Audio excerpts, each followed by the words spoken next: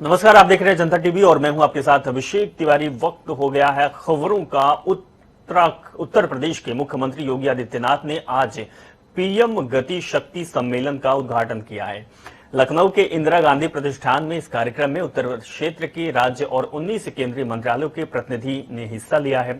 इस बड़े सम्मेलन में केंद्रीय रेलवे, दूरसंचार, इलेक्ट्रॉनिक्स और सूचना प्रौद्योगिकी मंत्री अश्विनी वैष्णव भी ऑनलाइन शामिल हुए। मुख्यमंत्री योगी आदित्यनाथ ने समारोह का शुभारंभ करने के बाद कहा कि पीएम नरेंद्र मोदी के मार्गदर्शन में केंद्र सरकार ने राज्यों की आर्थिक रूप से मजबूत करने की योजना की प्रारंभ की है।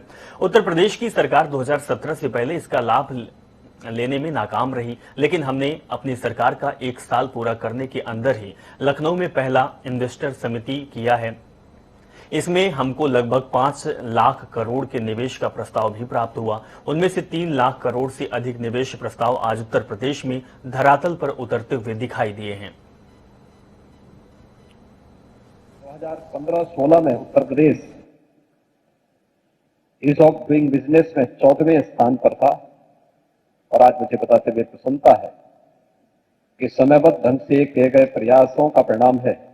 ईज ऑफ डूइंग बिजनेस में उत्तर प्रदेश नंबर 2 स्थान पर देश के अंदर वर्तमान में है। प्रदेश की बेहतर कानून व्यवस्था ने इसमें एक बड़ा योगदान दिया। विगत 4.5 पौने 5 वर्ष के अंदर उत्तर प्रदेश में एक भी दंगा न होना, उत्तर प्रदेश के अंदर चल रही तमाम उस प्रकार की विसंगतियों को जो उत्तर प्रदेश के विकास में और उत्तर प्रदेश में निवेश में सबसे बड़ी बाधा थी, उसे एक समयबद्ध तरीके से हम लोगों ने प्रदेश से दूर करते हुए निवेश के लिए निवेश मित्र पोर्टल गठित किया। ये बताते हुए प्रसन्नता है कि हमने 1 वर्ष के अंदर ही, सरकार गठन होने के 1 वर्ष के अंदर ही अपना पहला इन्वेस्टर समिट किया था, जिसमें हमें लगभग 5 लाख करोड़ रुपए के निवेश के प्रस्ताव प्राप्त हुए और इसमें से 3 लाख करोड़ रुपए से अधिक के निवेश प्रस्ताव आज उत्तर प्रदेश के अंदर जमीनी धरातल पर उतरते हुए दिखाई दिए हैं। या तो उनमें प्रोडक्शन प्रारंभ हो चुका है या उन पर तेजी के साथ निवेश प्रदेश के अंदर वर्तमान में भी चल रहा है। हमने कोरोना, इस वैश्विक महामारी कोरोना के दौरान भी प्रदेश के अंदर किसी भी प्रकार के इंफ्रास्ट्रक्चर डेवलपमेंट के या कंस्ट्रक्शन के वर्क को हमने बाधित नहीं होने दिया। हमने वहां पे हेल्प डेस्क बनवाए, हमने वहां पर कोविड केयर सेंटर भी स्थापित किए। किसी भी औद्योगिक संस्थान को हम लोगों ने कोरोना कालखंड में भी बंद नहीं होने दिया। हाँ, सावधानियां जरूर बरती। वहां पे कोविड हेल्प डेस्क बने, वहां पे कोविड केयर सेंटर भी बने।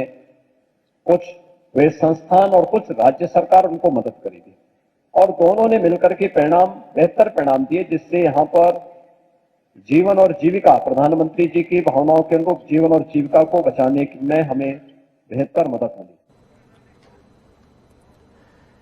उत्तर प्रदेश विधानसभा चुनाव से पहले सभी राजनीतिक पार्टियों ने चुनाव प्रचार में अपनी पूरी ताकत झोंक दी है। इसी कड़ी में समाजवादी पार्टी के अध्यक्ष अखिलेश यादव बुंदेलखंड के झांसी दौरे पर रहे। झांसी में अखिलेश यादव ने प्रेस कॉन्फ्रेंस करते हुए बीजेपी और सीएम योगी आदित्यनाथ को घेरने की कोशिश की। अखिलेश ने सीएम पर तंज कसते हुए कहा कि जिन लोगों का परिवार ही नहीं है वो किसी के परिवार की क्या समझ सकते हैं, उनके दर्द का एहसास उनको कैसे हो सकता है। बुंदेलखंड की जनता ने भारतीय जनता पार्टी को पूरा समर्थन दिया। सभी लोकसभा के सांसद जीते, सभी विधायक भारतीय जनता पार्टी के पक्ष में गए। लेकिन इधर 4.5 साल के कार्यकाल में डबल इंजन की सरकार में बुंदेलखंड की जनता ने तो भरपूर वोट दिया, लेकिन बुंदेलखंड की जनता खाली छूट गई, खाली हाथ रह गई। इस सरकार ने बुंदेलखंड को आगे बढ़ाने के लिए, खुशहाल बनाने के लिए कोई ठोस फैसला नहीं लिया। जहां बुंदेलखंड की जनता ने सभी विधायक जिताए थे, इस बार बुंदेलखंड की जनता भारतीय जनता पार्टी को शून्य कर देगी। बुंदेलखंड से भारतीय जनता पार्टी का दरवाजा बंद हो जाएगा। यहां जिस तरीके के संकट पैदा किया है किसानों के सामने, नौजवानों के सामने, व्यापारियों के सामने और हर वर्ग के लोग दुखी हुए। परिवार वालों का दुख परिवार वाले ही समझ सकते हैं। जिनका परिवार नहीं है वो क्या गर्भवती मां का दुख समझेंगे, क्या उन मजदूरों का दुख समझेंगे जो अपनी सब गृहस्थी लेकर के, सब सामान लेकर के अपने सरों पर जैसे तैसे अपने घर पहुंचना चाहते थे। प्रदेश के कृषि, शिक्षा और अनुसंधान मंत्री सूर्य प्रताप शाही ने आज विधान भवन स्थित अपने कार्यालय पर पत्रकार वार्ता की है। इस दौरान उन्होंने कहा है कि आज यूपी में किसान भाजपा से नाराज नहीं है। केंद्र की मोदी और प्रदेश की योगी सरकार ने जो किसानों के लिए किया है, आज से पहले किसी सरकार ने नहीं किया था। यही वजह है कि आज उत्तर प्रदेश में कोई किसान आत्महत्या नहीं कर रहा है।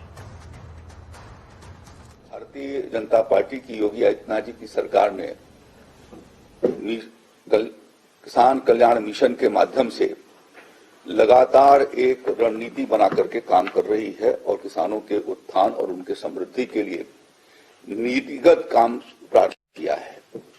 जबकि उसके पहले की सरकार में 2012 से 17 की समाजवादी पार्टी की अखिलेश यादव जी की सरकार और बहुजन समाज पार्टी की 2007 से 12 की सरकार में नीतिगत जड़ता थी और एक तरीके से किसानों के प्रति नकारात्मक भाव होने के नाते उत्तर प्रदेश का किसान हैरान और परेशान था।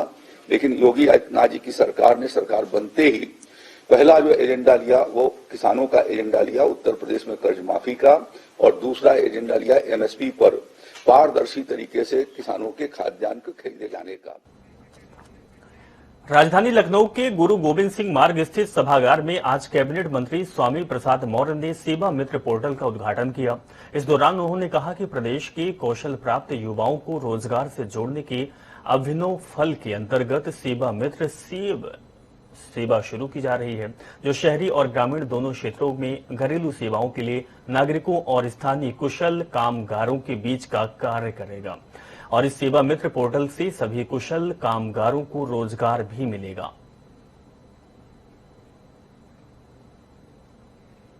सेवा मित्र पोर्टल के माध्यम से शहरी क्षेत्रों में और ग्रामीण क्षेत्रों में जो हमारे कुशल कारीगर हैं, भिन्न भिन्न क्षेत्रों में उनकी दक्षता प्राप्त है।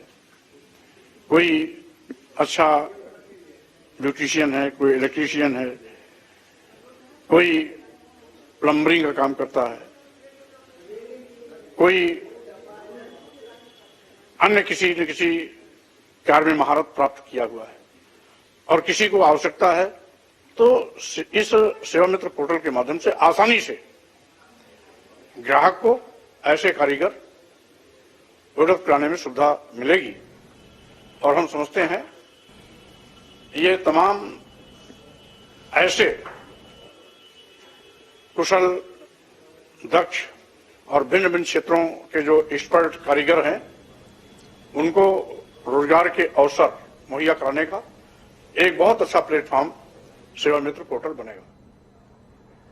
हरदोई में समाजवादी पार्टी के एमएलसी डॉक्टर राजपाल कश्यप ने भारतीय जनता पार्टी पर तीखा हमला किया है। उन्होंने कहा है कि योगी जी योग्य सीएम नहीं है, इसीलिए आज तक एक भी परीक्षा नहीं करवा पाए। कानून व्यवस्था सही नहीं है, किसी भी आरोपी को सजा नहीं मिल पाती है। इसके साथ ही महंगाई को लेकर भी उन्होंने कहा है कि महंगाई चरम स्थिति पर पहुंच चुकी है, हर चीज के दाम आसमान को छू रहे हैं और अब 2022 में जनता बीजेपी की बहकावे में नहीं आने वाली है और प्रदेश के लिए योग्य मुख्यमंत्री अखिलेश यादव को चुनेगी। इस तरीके की बात कही गई है।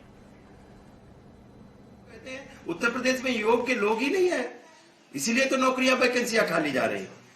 और योगी जी कितना योग्य है, एक भी परीक्षा नहीं करा पा रहे। इनसे बड़ा अयोग्य मुख्यमंत्री आज तक उत्तर प्रदेश को नहीं मिला था, न इनसे बड़ा कोई घमंडी मुख्यमंत्री मिला था, न इनसे नाकाम मुख्यमंत्री मिला था। अब उत्तर प्रदेश की जनता योग्य मुख्यमंत्री को चुनेगी, योगी को नहीं चुनेगी। और योग्य मुख्यमंत्री माननीय अखिलेश यादव ने तो नौकरियां दी, अस्पताल खुलाए, सड़कें बनाई और गांव गरीब महिलाओं तक के लिए एम्बुलेंस चलाई, जानवरों तक के इलाज के लिए एम्बुलेंस की शुरुआत कर दी थी। लेकिन ये तो कानून व्यवस्था ध्वस्त है। और मैं तो हरदोई में ही अभी तक तो बच्चियों के साथ में दुराचार होके हत्या हो रही थी, लूट हो रही थी, डकैती। अब तो बच्चे मारे जा रहे हैं, सत्यम कश्यप सांडी का मार दिया गया।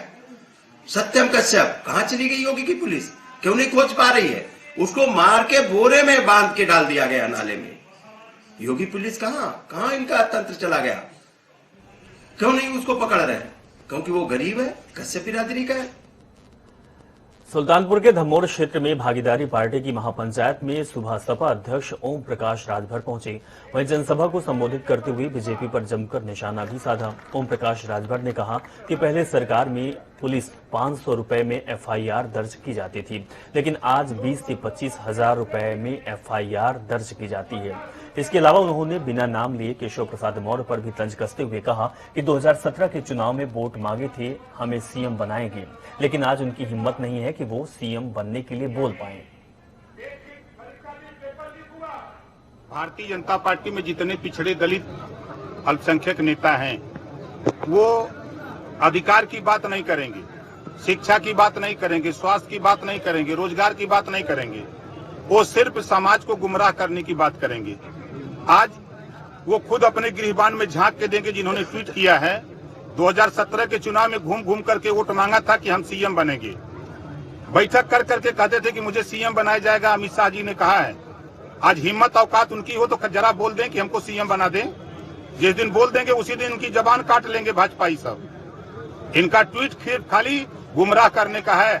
पूरे प्रदेश में तांडव हो रहा है। 69,000 शिक्षक भर्ती में 27% रिजर्वेशन लूट लिया पिछड़ों का, 22.5% शेड्यूल कास्ट शेड्यूल ट्राइब्स का। जबान नहीं खुली अब तक, डिप्टी सीएम बने हुए हैं। ट्वीट करना बहुत आसान है। उत्तर प्रदेश में हुए 69,000 शिक्षक भर्ती का मामला लगातार बढ़ता ही जा रहा है। राजधानी लखनऊ के निशांतगंज पुल पर अभ्यर्थी जोरदार प्रदर्शन किया। बता दें कि 22,000 सीटों के लिए बड़ी संख्या में अभ्यर्थी आज प्रदर्शन कर रहे थे और ऐसा पहली बार नहीं हुआ है। अभ्यर्थी प्रदर्शन कर रहे हैं क्योंकि बार बार ऐसी तस्वीरें सामने आती रहती है। बता दें कि बीते 5 महीने से लगातार अभ्यर्थी प्रदर्शन कर रहे हैं, लेकिन शासन की ओर से कोई भी कार्रवाई नहीं की जा रही है, या कहें कि सब ठंड पड़े हुए हैं।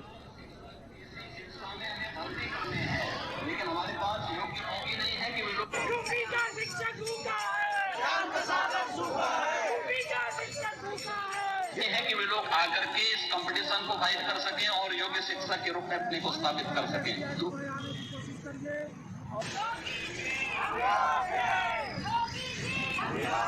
बहराइच जिला अस्पताल में देर रात जिलाधिकारी दिनेश चंद्र औचक निरीक्षण के लिए पहुंचे। इस दौरान डीएम अस्पताल में भर्ती मरीजों के तीमारदारों से बातचीत की और मरीजों से बातचीत के दौरान मरीजों को डीएम के अस्पताल की व्यवस्थाओं को लेकर शिकायत भी की। मरीजों का कहना है कि सर्दी का मौसम है, लेकिन कंबल तक नहीं उपलब्ध है और नाश्ता भी गुणवत्ताहीन है। वहीं शिकायत सुनने के बाद डीएम ने आला अधिकारियों को चेतावनी दी और व्यवस्थाओं को सुधारने के निर्देश दिए हैं। कुछ फीडबैक मिला था प्रेस के माध्यम से भी और जन सामान्य के माध्यम से भी। मैंने इसमें आज आकस्मिक निरीक्षण किया है। मुजफ्फरनगर में रुड़की रोड स्थित एक बैंक्वेट हॉल में राष्ट्रीय पंचायती राज संगठन ने एक बैठक का आयोजन किया। बैठक में मुजफ्फरनगर सहारनपुर सीट से एमएलसी पद के प्रत्याशी सुशील शर्मा के अलावा मुख्य अतिथि के तौर पर राष्ट्रीय पंचायती राज संगठन और लोक दल के राष्ट्रीय अध्यक्ष पूर्व एमएलसी सुनील सिंह पहुंचे। उन्होंने सभा में आए सभी बीडीसी सदस्यों को उनके अधिकारियों के बारे में जानकारी दी और एकजुट होकर काम करने का आह्वान किया। इस दौरान उन्होंने मंच से बोलते हुए भाजपा, समाजवादी पार्टी और कांग्रेस तीनों विपक्षी पार्टी पर जमकर हमला बोला है।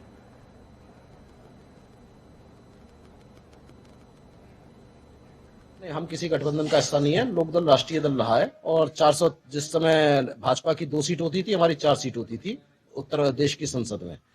ये भाजपा जैसी पार्टी इसलिए बनी क्योंकि चौधरी साहब कमजोर हुए, लोगों ने अपने अपने छोटे छोटे दल बना लिए। जहां तक गठबंधन का सवाल है तो चुनाव से पहले जैसे गिरोह बनते हैं, गिरोह बनाए जा रहे हैं।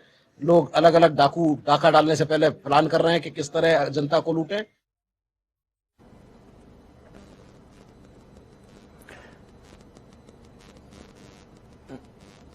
देश में लंबे समय से चल रहे किसान आंदोलन के मुख्य नेता और भारतीय किसान यूनियन के राष्ट्रीय प्रवक्ता चौधरी राकेश टिकैत को 21वीं सदी के आइकॉन अवार्ड 2021 से नवाजा गया है। बताया जा रहा है कि ब्रिटेन की राजधानी लंदन में आगामी 10 दिसंबर को विजेताओं की घोषणा की जाएगी और ये भी जानकारी मिली है कि कृषि कानून वापस लिए जाने के बाद लंदन की कंपनी ने अवार्ड के लिए राकेश टिकैत का नामांकन किया है। दरअसल इतना लंबा किसान आंदोलन चलाने और आंदोलन को जीवंत रखने की वजह से राकेश टिकैत का चयन किया गया है। जो आंदोलन ये चल रहा है तो इसमें उन्होंने शायद ये दिया होगा, और इसमें अकेले एक आदमी के उससे ये पूरा नहीं है, ये पूरा संयुक्त मोर्चे का है। ये जो सम्मान है ये पूरा उन शहीद परिवार किसानों का है जिसमें उनका शहादत हुई है। ये उनका है कि जिन्होंने ये पूरा आंदोलन को, मूवमेंट को चला रहे हैं, ये उनको समर्पित है। देवभूमि में अब हुंकार भरेंगे पीएम मोदी। जी हां, देहरादून के परेड मैदान में 4 दिसंबर को प्रधानमंत्री मोदी विशाल जनसभा को संबोधित करने जा रहे हैं। जनसभा स्थल की तैयारियों का जायजा लेने के लिए खुद मुख्यमंत्री पुष्कर सिंह धामी परेड मैदान पहुंचे, जहां मुख्यमंत्री के साथ चुनाव प्रभारी प्रहलाद जोशी, प्रदेश अध्यक्ष मदन कौशिक, केंद्रीय राज्य मंत्री अजय भट्ट समेत वरिष्ठ नेता और शासन प्रशासन के अधिकारी मौजूद रहे। प्रधानमंत्री जी के आने का आप उत्साह देख रहे होंगे। जब से समाचार मिला कि प्रधानमंत्री जी यहाँ आने वाले हैं, दूर दराज के लोग अपने साधनों से देहरादून पहुंच रहे हैं, और निश्चित रूप से उनका आना उत्तराखंड में हमेशा ही जो है, उत्तराखंड के लोगों को हमेशा उनका इंतजार रहता है, और ये इंतजार कल हमारा पूरा होगा। 18,000 करोड़ की योजनाओं का शिलान्यास और लोकार्पण होने वाला है, और उनके प्रधानमंत्री बनने के बाद जिस प्रकार से उत्तराखंड के साथ उनका जुड़ाव है, लगाव है, एक भावनात्मक, और उन्होंने स्वयं कर्म और मर्म का रिश्ता यहाँ से बताया है, तो उनके आने से हम सभी लोगों को एक नई ऊर्जा का, नई जोश का संचार होगा यहाँ उत्तराखंड के जनमानस में भी और उत्तराखंड के हमारे सभी कार्यकर्ताओं। प्रधानमंत्री मोदी उत्तराखंड में विधानसभा चुनाव का चुनावी आगाज 4 दिसंबर यानी कि कल करेंगे, और ये कार्यक्रम राजधानी देहरादून में होगा, जहां विशाल जनसभा को संबोधित करने के साथ ही प्रधानमंत्री मोदी करोड़ों की परियोजनाओं का शुभारंभ भी करेंगे। जनसभा स्थल पर कैसे चल रही है तैयारी, वहां का जायजा लिया हमारे संवाददाता अजीत काम्बोज ने। महिला एवं बाल विकास मंत्री रेखा आर्य ने पत्रकार वार्ता कर विभागीय कार्यक्रमों की जानकारी दी, जिसमें 6 दिसंबर को देहरादून में एक बड़ा कार्यक्रम महिला एवं बाल विकास विभाग की तरफ से आयोजित किया जा रहा है। कार्यक्रम में सीएम पुष्कर सिंह धामी 2 बड़ी घोषणाएं भी करने जा रहे हैं, जिसकी तैयारी पूरी कर ली गई है। कैबिनेट मंत्री रेखा आर्य का कहना है कि 6 दिसंबर से पहले यानी कि 4 दिसंबर को प्रधानमंत्री मोदी बड़ी जनसभा को संबोधित करेंगे। उम्मीद ये भी है कि जनसभा के माध्यम से प्रधानमंत्री मोदी महिला बाल विकास मंत्रालय को बड़ी सौगात दे सकते हैं। तो इस खबर के साथ फिलहाल इस बुलेटिन में बस इतना ही। आप अपना बहुत ख्याल रखें, खुश रहें और देखते रहें जनता टीवी। नमस्कार।